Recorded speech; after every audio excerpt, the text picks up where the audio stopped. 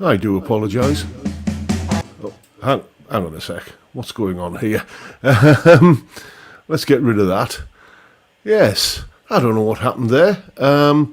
Yes, I did have a few little glitches, setting the stream up today, and I thought that I'd cured them, but obviously not. When you log onto a website and it's changed since the last time you're on there, well, something on StreamYard has happened this week. Can I just check that my mic level is okay this week? Because people were saying it was a little bit off last week, a little bit too hot. Let's get all of this kind of housekeeping stuff out of the way before we continue. So give me a thumbs up in the chat if everything is working as it should be. Thank you, Silver Smurfer. Thank you so much, mate. Mike Good. Thank you. Right, anyway, I can have a drink now. Cheers, everyone.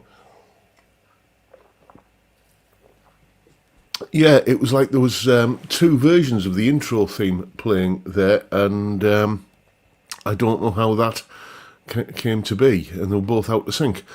Anyway, we're here.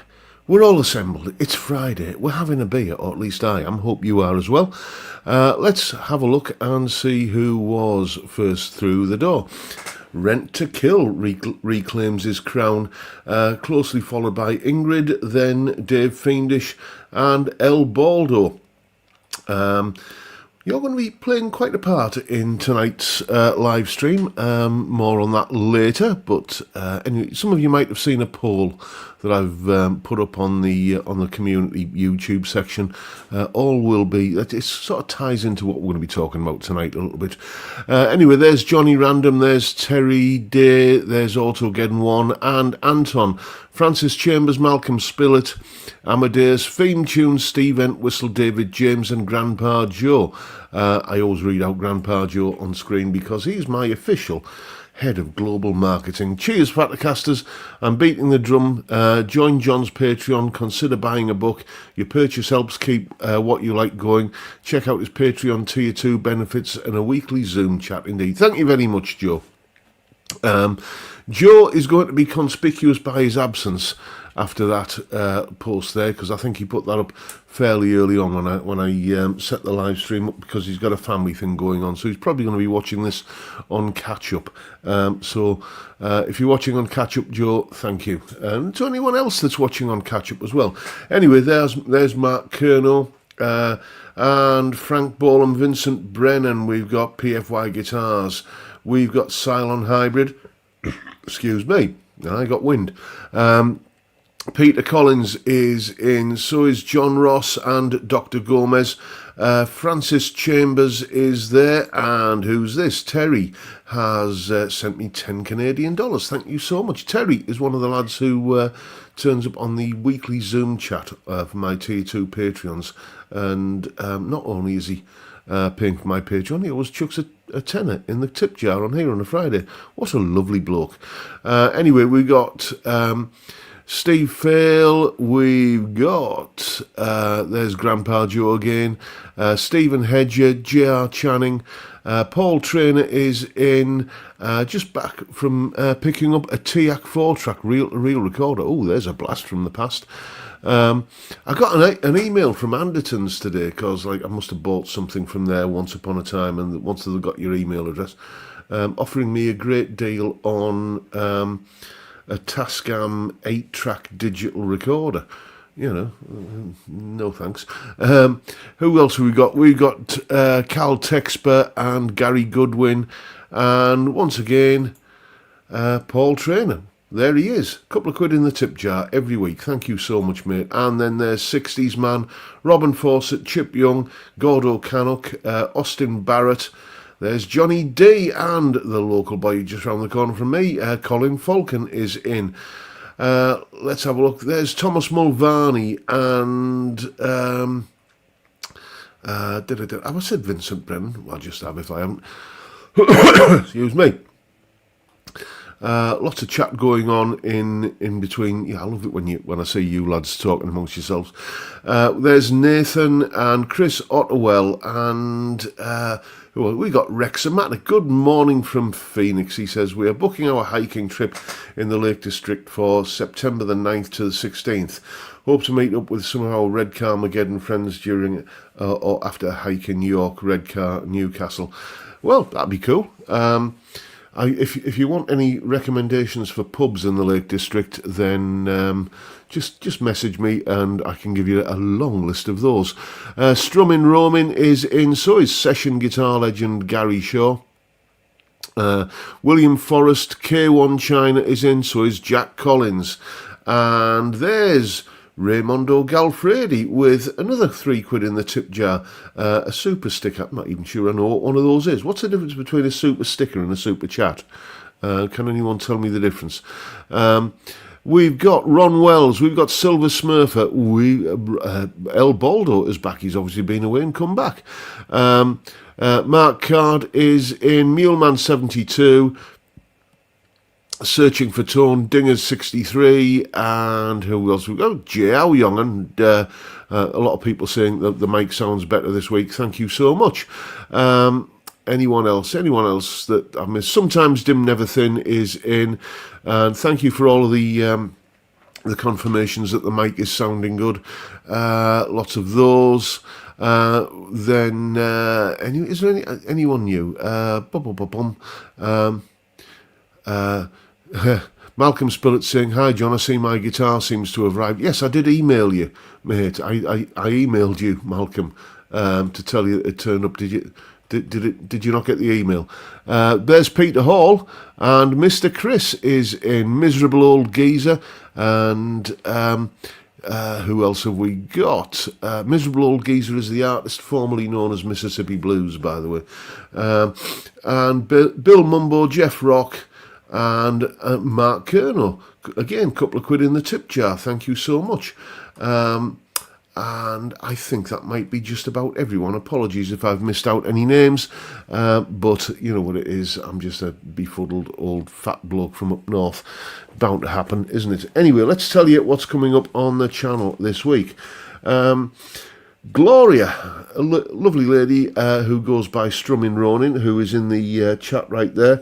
She sent me that rather tasty-looking LTD guitar that had the Agrajag fairy dust sprinkled on it, and I did the first impressions video of it yesterday. Well, Sunday is the full review. You know the sort of format I do for reviews, you know. I play a tune with it, then I show you some measurements, and I talk about it a bit, you know. Seems to be a winning formula. So that is Sunday's video. Monday, Lick of the Week, episode 2. I won't lie, I thought the viewing figures for the first one were a little bit less than I was expecting, shall I say. But do you know what it is? Whenever I do a video that doesn't get the viewing numbers that I'm hoping for, those people who do view it either leave a comment or send me an email saying, "This was excellent, more of this please." So, you know, and I've had a couple of lesson inquiries already off of it, so you know they kind of pay for themselves in other ways. Anyway, Monday is episode 2 of that. Then every so often, just occasionally, I with the top 5 Tuesday videos, I like to go off-piste a little bit and do something non-music related. I don't like to do it too often, but I don't know, maybe I'm thinking it makes me appear more of a rounded person. Rounded in every way. No wrinkles on a balloon, is there? So that's what's happening on Tuesday. I'm going to be talking about 5 recommended good reads. If you like to get your head stuck into a decent book, a good book that is just, you know, kind of a bit of escapism, a bit of whatever, then check out Tuesday's video. Then, in a similar vein to the video I did this week gone on Wednesday about how a particular song confused me and confused me to the point where I was curious enough to kind of figure out what was going on and learn something from it. Well, there's another song that did that, as well as the one that I mentioned on Wednesday. So I can't remember what I called Wednesday's video when it went out, but my working title for it was what I've got written down here, the Freebird Conundrum. So you're going to have to wait and see what that is, what it was about it that confused me. And then on Thursday we've got, well, let's just say it's a first impressions video of a guitar that made quite a big splash when it was first released, and a lot of people were singing its praises, and that makes me jump in one of two ways, by the way. If something is getting such an amount of praise, it either makes me think, right, I'm not going anywhere near that, you know, it sort of just makes me, no, there's enough videos about that already, or it makes me try and, makes me get curious and try and borrow one. Well, I got curious about this particular guitar and I borrowed one, and you can find out what it is and what my first impressions were of it on Thursday. Anyway, after that, let's have a little bit more lubricant. Right, you may have been wondering what that poll was that I posted on the community section. I didn't tell you what you were voting on. I just said you're going to have to choose option 1 or option 2. Well, I'm going to reveal all now. I just need to bring up a particular picture. And this, let's have a look at it. Rob Bald, El Baldo, has just recently bought himself a new guitar, and you're going to see what it is in just a second, and he wants to do a little bit of modding to it, mainly the scratch plate, pickguard, whatever you want to call it. And you know, I made my recommendation, and then he thought, well, maybe that or maybe something else. So what we've got, where are we? Share screen, there we go, that one right there. So as you can tell, it's a Harley Benton, well, you can't tell because you can't see the headstock, but it's a Harley Benton Telecaster thing with a humbucker in the neck. And Rob, it's currently got like a black scratch plate on it, and Rob wants to change it. So we can either have option 1, anodized gold. Both these pictures, by the way, Rob knocked up in some sort of AI kind of thing. You can either have anodized gold, or you can have the classy option, the best option, really, tortoiseshell. So option 1 is anodized gold, and option 2 is tortoiseshell. I'll be showing this picture again throughout the stream. So that's option 1, gold. Option 2, the correct one, is tortoiseshell. Yes, I am a sucker for a tortoiseshell scratch plate. Over on the community tab, there's a poll where you can vote for option 1 or option 2. I see I've just got a couple more super chats come in. Yes, here we go. Oh, there we go. Raymondo Galfred, how was your old boiler? Don't you talk about my wife like that. No, the central heating system is absolutely fine now. That little promotion that I did a couple of 3 weeks ago, where it was all 3 books, 26 guitar lessons, and the premium version of the Dougal's Treats album, that sort of was massively subscribed to, and that got me over the line in terms of raising the cash to pay for the new boiler, and it's fixed. I'm sat here in a warm room. I forgot to put my Fatacasters t-shirt on tonight, by the way. I do apologise. I will come suitably attired in future, but this is just a little thank you to a very generous viewer called Ian, who introduced me to a band called Doomsday Outlaw, and he got me one of their kind of t-shirts, just sent it to me. What a lovely chap. So I'm wearing this kind of for Ian. Thank you so much. I don't know if he's in tonight, actually. I haven't seen him. And El Baldo is saying, I'll be sending a picture of the final mod in a coming Fatacast. Yes, so I'm just going to nip over there now and see if there's any votes come in onto that poll that I put up. So just bear with me, see if anybody's actually voted yet. There we go, posts, and oh, I see option 1 is at 43%.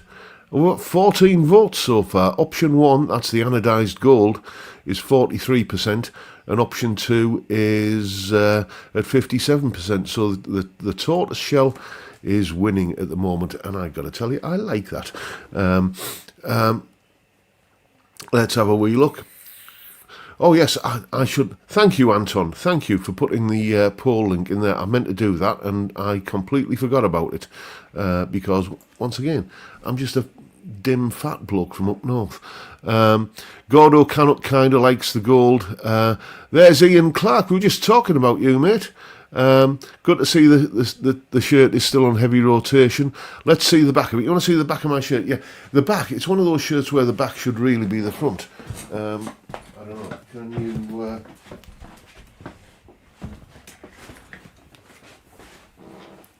There we go. I can't maintain that position for too long because I'm not a young man anymore.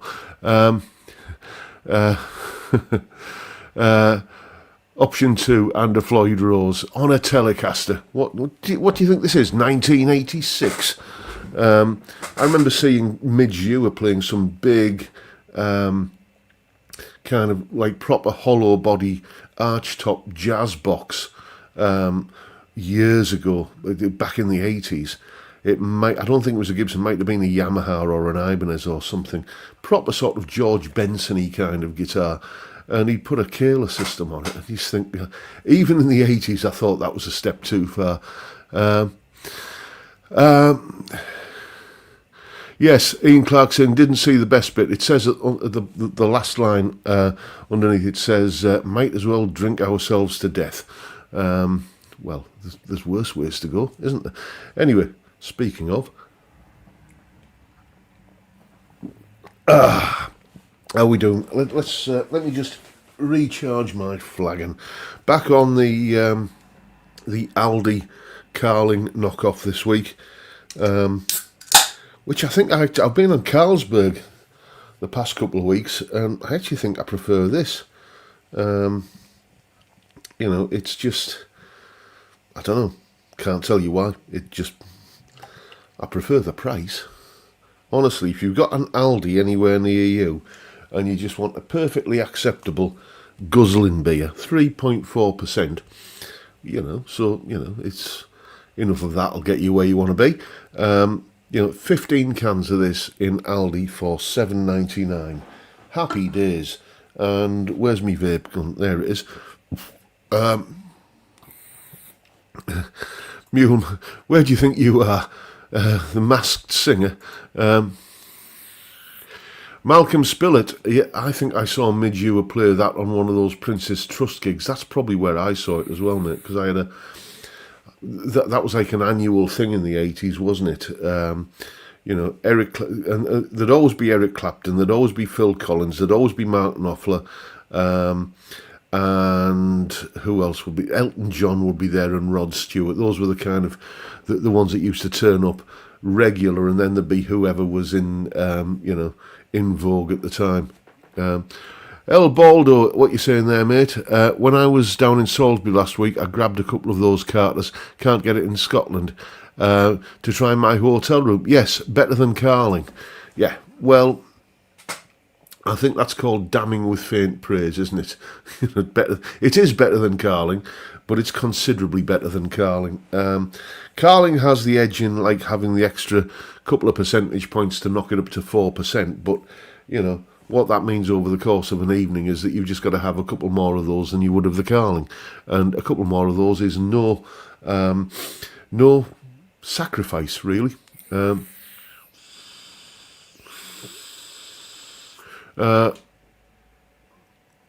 Gordo Canuck is saying, having an opaque mug is kind of cheating, don't you think? Ashamed of your pouring skill. Well, I can... Let me just show you in here. There we go. Nothing wrong with that. I mean, I've sucked the head off it now, so... you know, but it's the stainless steel liner in that tankard really does kind of inhibit overly frothiness. Um, uh, uh, uh, uh, uh, Triple X Paps, what you're saying there? Option 3, stay black and get a chrome bridge. Okay, yeah. I just love Telecasters in every shape or form. There's just something elemental about the show. I'm looking rather short there, aren't I? There's me impersonation of Tom Cruise. Anyway, because in every other respect I'm identical to him, aren't I? Yeah, where was I? I can't remember. Yes, I love Telecasters. There's something absolutely elemental about the shape of it. It's just, you know, it just, for me, it looks the perfect guitar in every way. And, you know, years and years and years ago, in the very early days of the channel, in its current form, I did a video about 5 reasons why I love a Telecaster. Maybe I should do another top 5 on that, because I reckon I could probably do a better version of that video. Perhaps we'll see.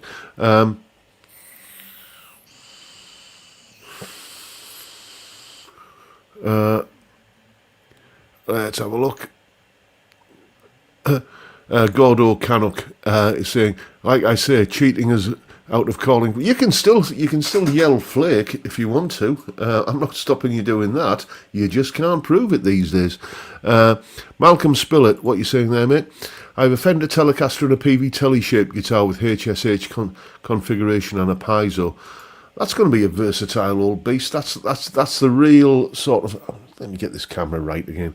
That's the real sort of guitar that I would have really appreciated back in the days when I was playing the clubs.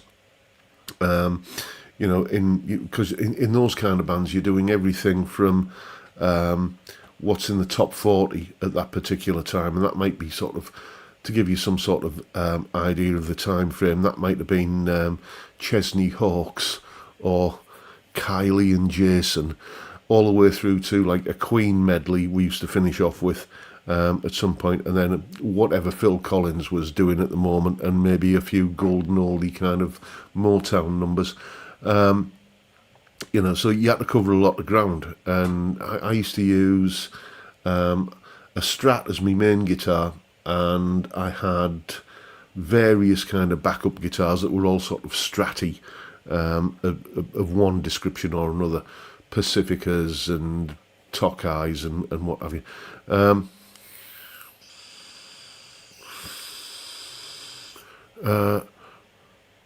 What you're saying there, Anton? Top 5 reasons why you love a jazz master. I'll get my coat. Yes, indeed. I don't. I mean, I can appreciate why jazz masters are a guitar that a lot of people love. They are, having played one a couple of times, I got to admit, it's a very comfortable guitar.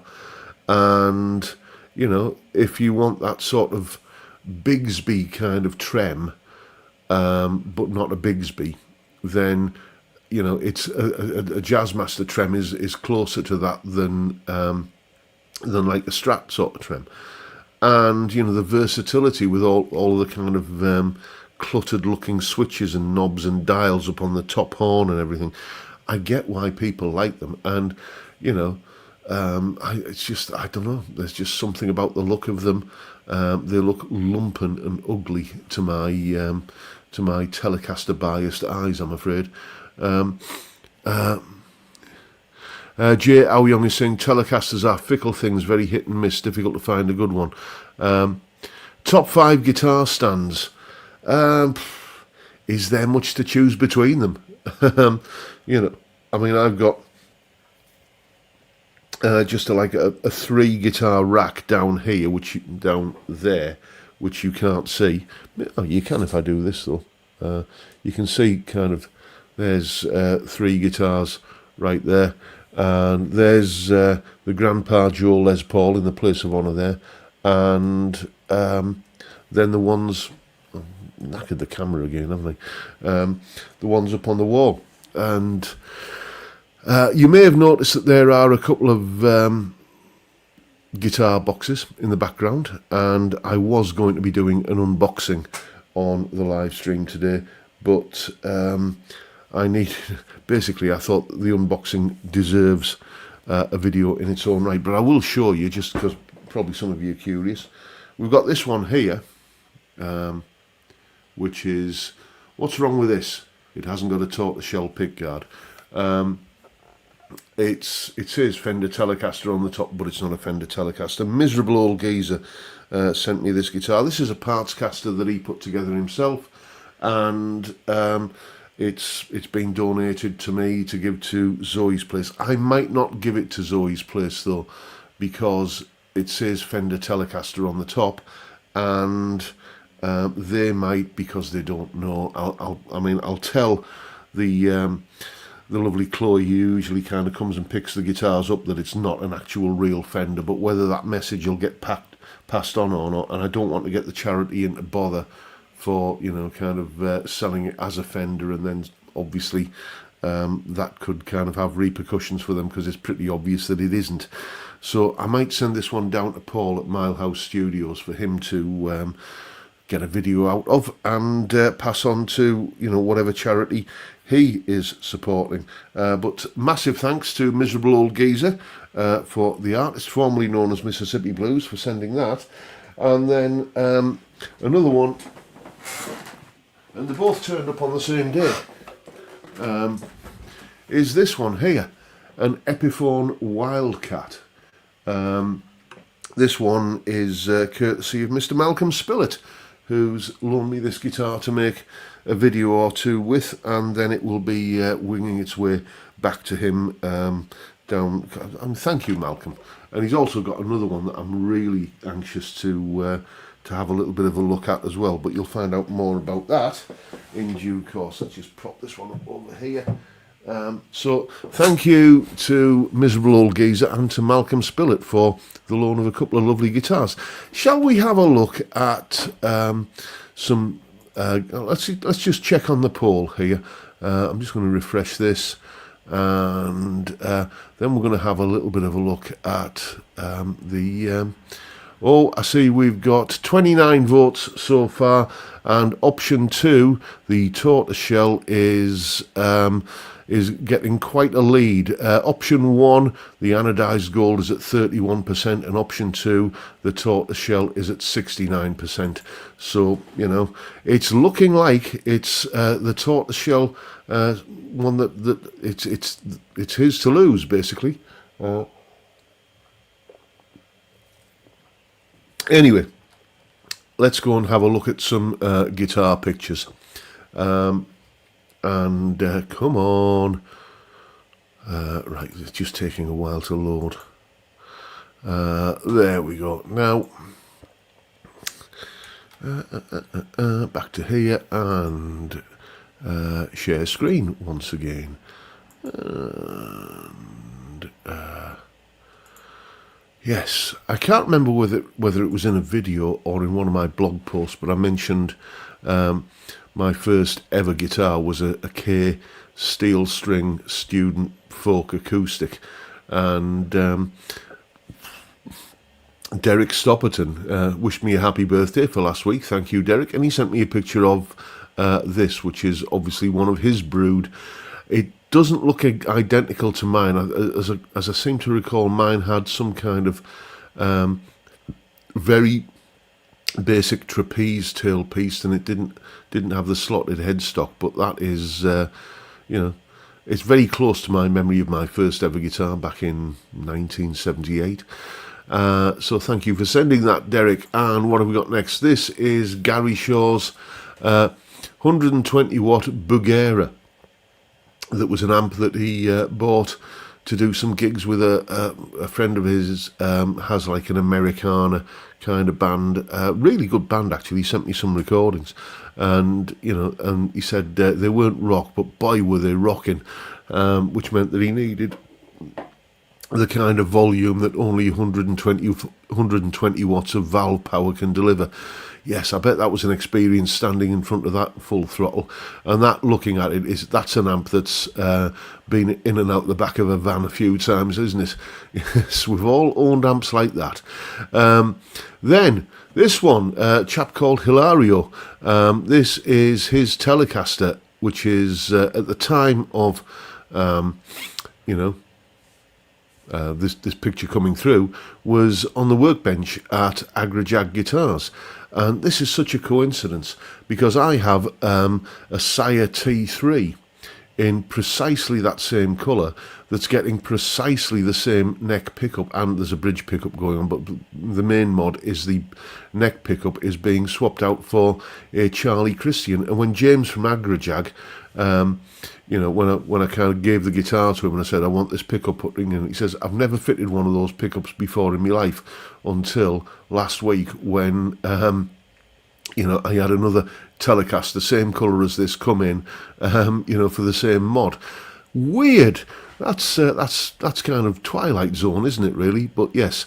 So my guitar is still with James, and he's he's working on it, and this has made me kind of really look forward to getting it. The Sire guitar that I've got was very kindly donated by a chap called Jim, who was massively generous, bought me a couple of 3 guitars, and he sent me this one as well. So I'm looking forward to getting mine back and seeing what that Charlie Christian pickup sounds like in a Telecaster neck position. Anyway, speaking of Malcolm Spillett, this is another one of his guitars. This is one of his Gretches.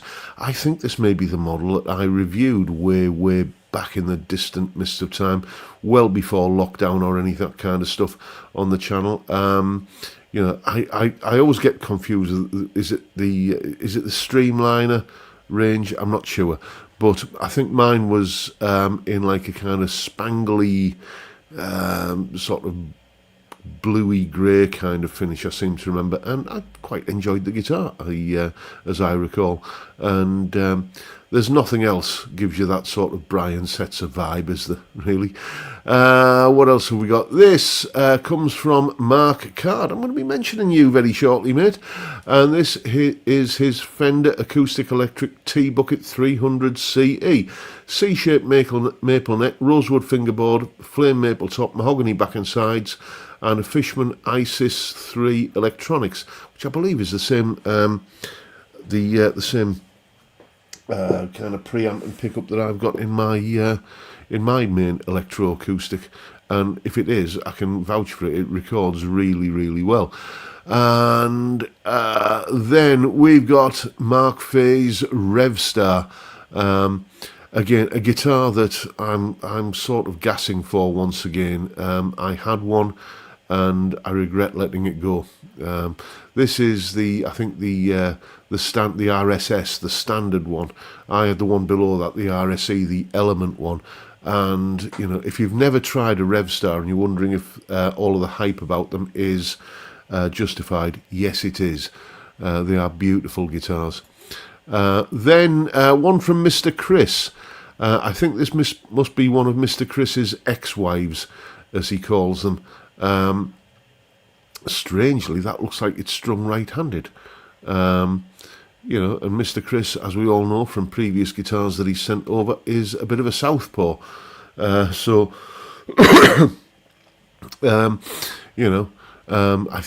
can't remember if this is one of his ex-wives that he sent over, because he sent me loads and loads of stuff, and I forget which folder I got this one from.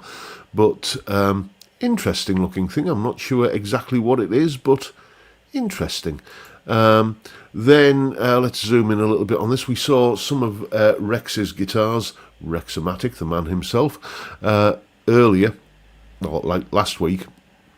And these are his acoustics. I'm no great aficionado of acoustics, but what have we got here? Well, I can see there's a J200 there. There's a Yamaha there. The unmistakable Martin logo there. Guild 12-string, and what we got at the back there, can't make that out. You probably told me in the email, Rex, but I don't have that to hand. But one thing I will say, Rex, you've got a fantastic looking music space there. that is, that is just, it's the kind of man cave I dream of. Anyway, this is the subject of the poll. This is Rob Ball's Harley Benton TE53, which he bought as a B stock. And this is the one that is, as I say, the subject of the poll. There it is in its unadulterated condition with the black pickguard. And the question is, should that pickguard be anodised gold, or should it be tortoiseshell? That's what you're voting on in the poll. Let's just go and have another wee look at that and see if it's moved at all. Just refreshing the page. And no, we're at 29 votes cast so far and 2 comments. Let's read the comments. Tortoiseshell for the win, says Johnny D, and Anton is saying tortoiseshell pickguard. Your public have spoken, Mr. Bald. It's looking like it's going to be a winner for the tortoiseshell. So there, let's just. I've been ignoring the chat, so I'm just going to have a quick wee kind of tug on me vape and have a little bit of a look at the chat.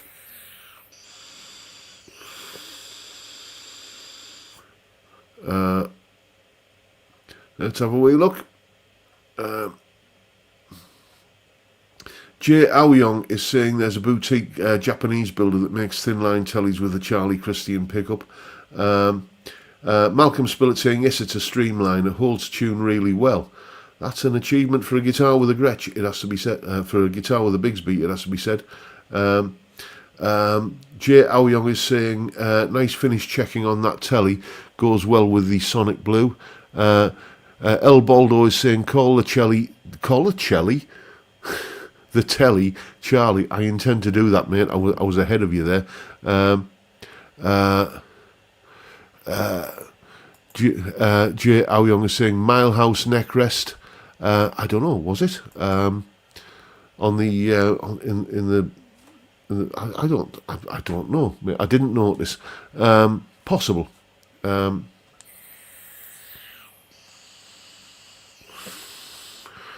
Jay Aoyong is saying Bugera is pretty. Is it Bugera or is it Bugera? Because when I read it, I say Bugera.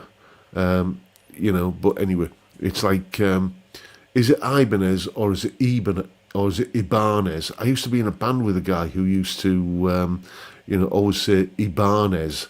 It's like, no, it's Ibanez. There's another one, Takamine or Takamine. I never know which way to jump on that one. David Bowie. Up in this part of the world, he was always David Bowie.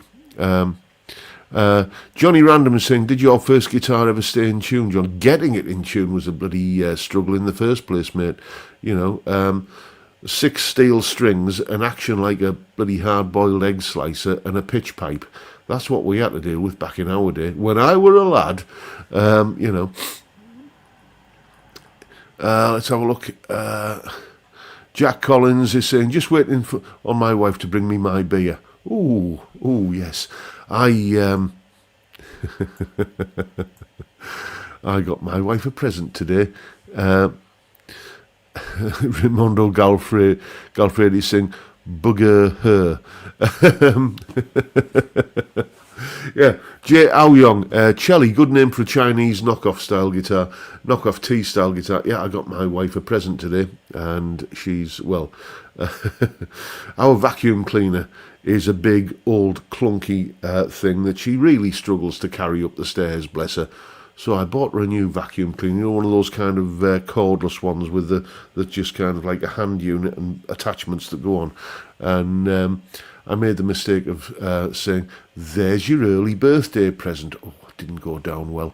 Malcolm Spillett, my first guitar was a Watkins Rapier. I was lucky enough to have a friend who managed to turn it into a great guitar. Nice one. Haven't they just brought that brand back? Yes, anyway. I said I was going to mention Mark Card, didn't I? I've been using, for this relatively new feature on the live stream, where we talk about what happened on this day, I've been using a website literally called What Happened on This Day, dedicated to rock facts. And Mark Card sent me this.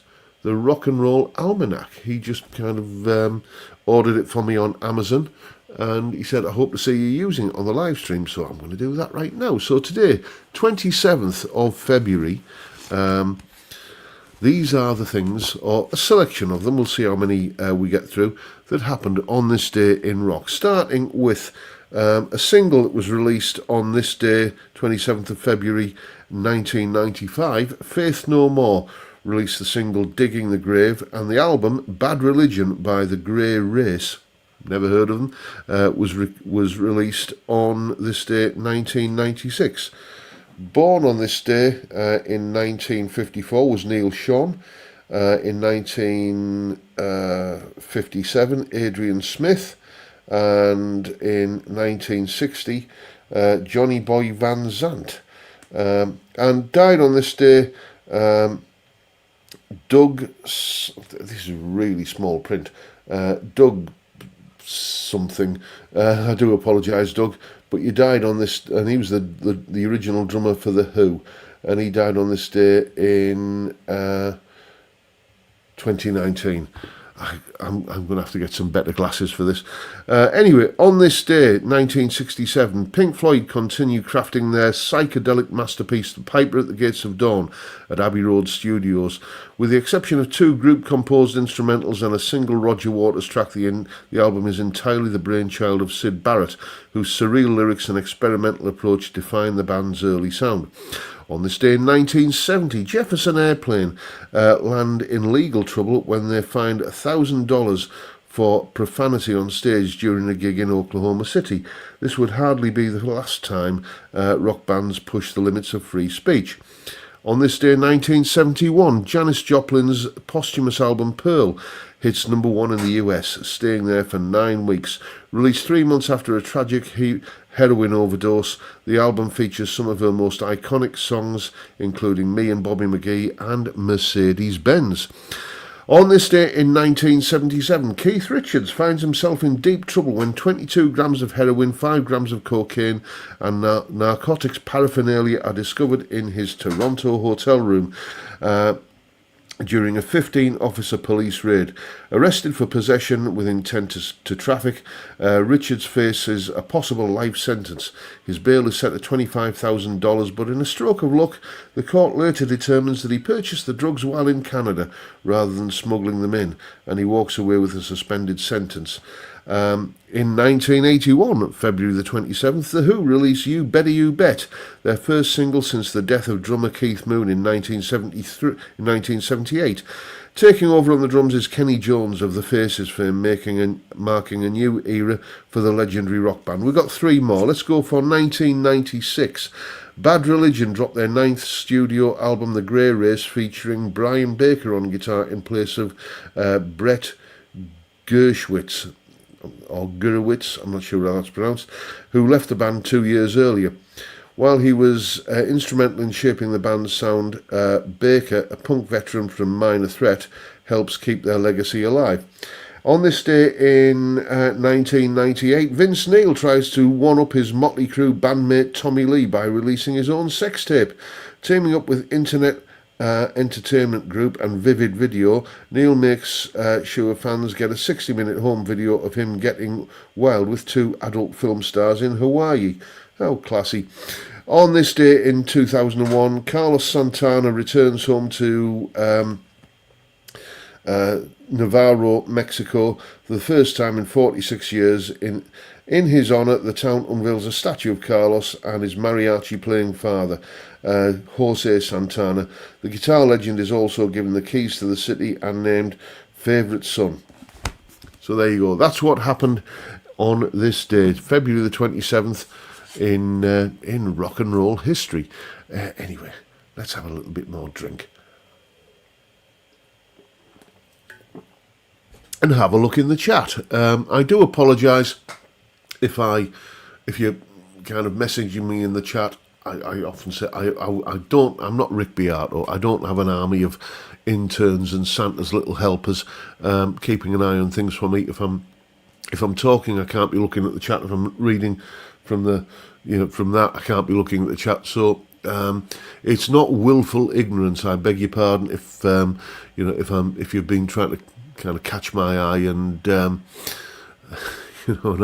I appear to be ignoring you. Let's have a look. El Baldo is saying, my first guitar was a self-same shite satellite model that's hanging on John's wall. It's not a great guitar, mate, but it's a wonderful guitar. It brings back lots of happy memories for me every time I pick that up. Cylon Hybrid is saying, is your dog's name Dougal or Father? The dog is called Dougal and he is named after the character in Father Ted. Gordo Canuck, my first guitar was a Larrivate acoustic. I should have never sold it. That's a posh guitar to start off on. Mark Fay is saying, for those of you saying you want a Revstar, just go and buy one. You won't be disappointed. Mine is the standard range, having 2 guitars with humbuckers, 2 Strats and a Telly. I got one with P90s. Yeah, one of my students has got the exact same model as you've got there, mate, and his is in like a wine red colour. I just wish Yamaha would do a Revstar in a sunburst finish, just a proper burst finish. Doesn't even have to have a particularly, kind of fancy flamey maple top, but I just wish they would do one where you can actually see the timber. Steve Entwistle, I thought we were settling down for an episode of Jack and Ori when you pulled out the book, John. Yes, indeed. El Duderino is saying, never heard of Bad Religion. Oh, John, we have a lot to teach you. I have discovered a lot of bands via the Sunday reaction videos I do for my Tier 2 Patreons. So maybe one of those chaps will send in some Bad Religion and I can do a reaction to it. Mike Mantis, Marlin Sidewinder was my first guitar. Yes, I remember those very well, unfortunately. Vincent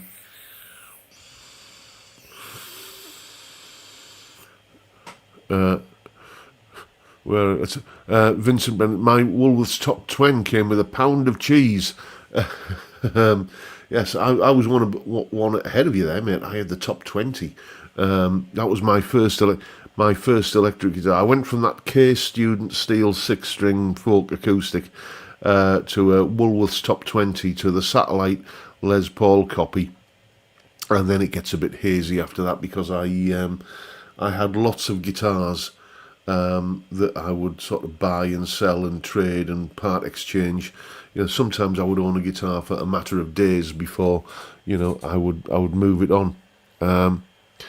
Let's have a look. Anyway, shall we have a viewer's tale? I think we should. I'm just going to go and find those and see which one we've got this week.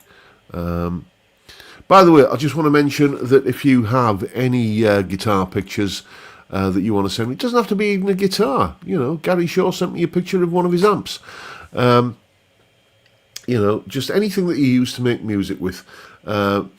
jrguitartuition@gmail.com. JR, those are my initials. Guitar Tuition, that's my job. jrguitartuition, all one word, @gmail.com. Anyway, viewer's tale this week. This one comes from Len, and he's saying, now I swear to you every word of this is true. For this one, we return to the early days of the 1970s, at which time we'd just taken possession of a 100-watt Vox solid-state PA amp. State of the art for that time period. We'd used it a couple of times, but on this night it decided it wasn't going to work. It functioned not. We switched it on and switched it off, changed leads, checked the fuses and so on. It functioned not. Watching this performance, as singers do when calamity strikes, Big Jim, our lead singer, offered the solution. It wants hitting with a banana, maintained Big Jim. Soothingly, we encouraged him to go away as we had enough to deal with, and sure enough he was nowhere to be seen for a while.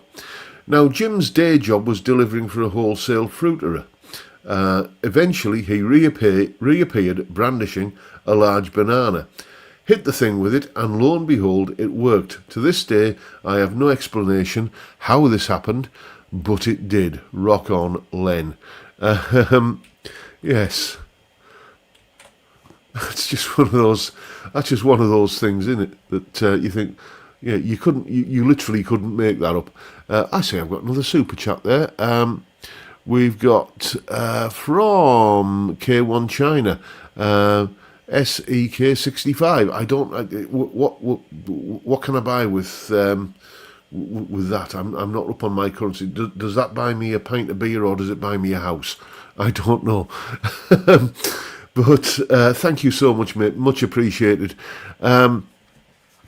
Yes, you hit it with a banana. Go away. Hits it with a banana. It works. Yeah, I mean, it's how many times has that story been told, Len? I bet that's not the first outing for that particular tale. Anyway, talk amongst yourselves for just a second. You are anyway. I'm just looking at my list here. Is there anything I've mentioned that I need to mention that I haven't? No, I think I've got through everything. So I'm going to go and take another look at the poll in a moment. I'm hoping that the tortoiseshell wins because then I have an email from Mr. Bald himself saying that he will comply with the wishes of the poll. So let's go and see what the current result is. Let's just refresh this page. Any more activity over here? Was it 32 votes now? So we've had a few more votes, and the ratio remains the same. It is option 1. The anodised gold sits at 31%. Option 2, the tortoiseshell, sits at 69%. So, yeah, you're going to be ordering that tortoiseshell pickguard there, Rob. Anyway, Steve Entwistle is saying, that doesn't work for orange brand amps, though.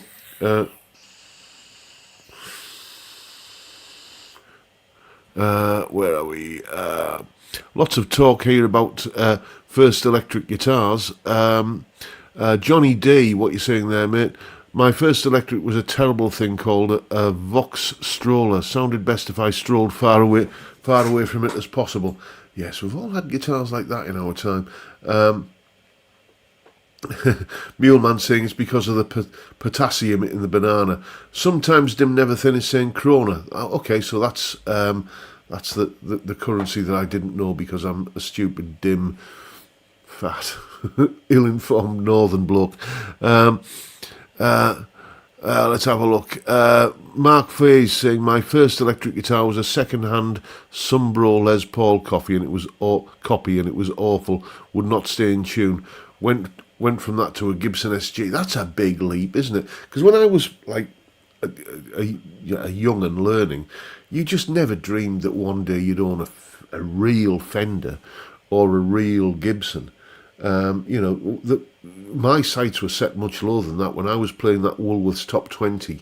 What I wanted was just a guitar that could kind of, that was a whole step better. So I'm thinking sort of Ibanez, Washburn, that kind of league. Some of the affordable Japanese guitars. This is round about the time just after the whole sort of lawsuit era, when when Gibson and Fender basically took companies like Tokai to task for just making guitars that were a little bit too cheeky. So that's what you aspire to. The idea that one day you'd own a real kind of big name American brand guitar was just for the birds. And how times change. I remember first seeing the Squier Stratocaster advert on TV in about 83 or 84. You don't see electric guitar adverts on TV generally in the UK. I don't know if that's the same elsewhere. But I think that one in the early 80s, where they showed this cool young dude practicing some licks on his lovely new Squier Stratocaster, and then suddenly you could get a guitar that had the word Fender on it in small print, for an affordable amount of money, or relatively affordable amount of money.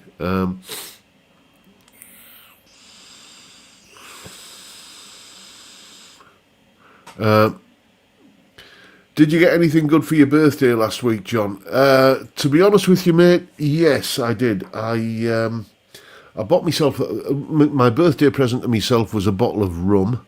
I got given a lovely bottle of Panamanian rum for Christmas, and I thought, you don't usually like rum, but this was absolutely gorgeous. So I got myself a bottle of that with birthday money that I'd been given, and to be honest with you, you get to a certain age where Christmas and birthdays, it's just a clothes resupply, so, undercrackers and a couple of shirts and that sort of thing, because the best thing about that kind of present is it saves me from having to go clothes shopping, because if there is a hell, it's clothes shops.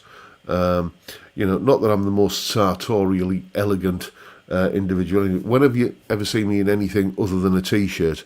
And you don't see me below the waist. Think yourself lucky for that one. But I do not. I own one pair of trousers, the hatched, matched, and dispatched trousers. The weddings, christenings, and funerals trousers. I own one pair of proper trousers. All the rest of the time, it's kind of jogging bottoms and t-shirt. As long as I've got a drawer full of those and underwear, then I'm good to go. Christmas and birthdays are just, resupplies for those. I'm not really a male grooming kind of chap. I don't know if you've noticed that. So, kind of lotions and potions and splash it all over aftershave kind of stuff isn't really my cup of tea. So I don't get those. It's, birthday presents for me usually are alcohol and clothes, and I'm very, very happy with that state of affairs. Christoph is saying, my first electric was a Squier 62 Stratocaster from the mid-80s. Not a bad guitar, but the neck was mounted kind of inclined. Yes, I had a chap in here for lessons years ago that had a similar kind of thing where basically, I don't know what you mean by inclined, but past the 12th fret, the top E string was only just on the fretboard. The neck pocket wasn't cut through. It was sort of like off a little bit like that. And I'm not really sure what you can do to fix that.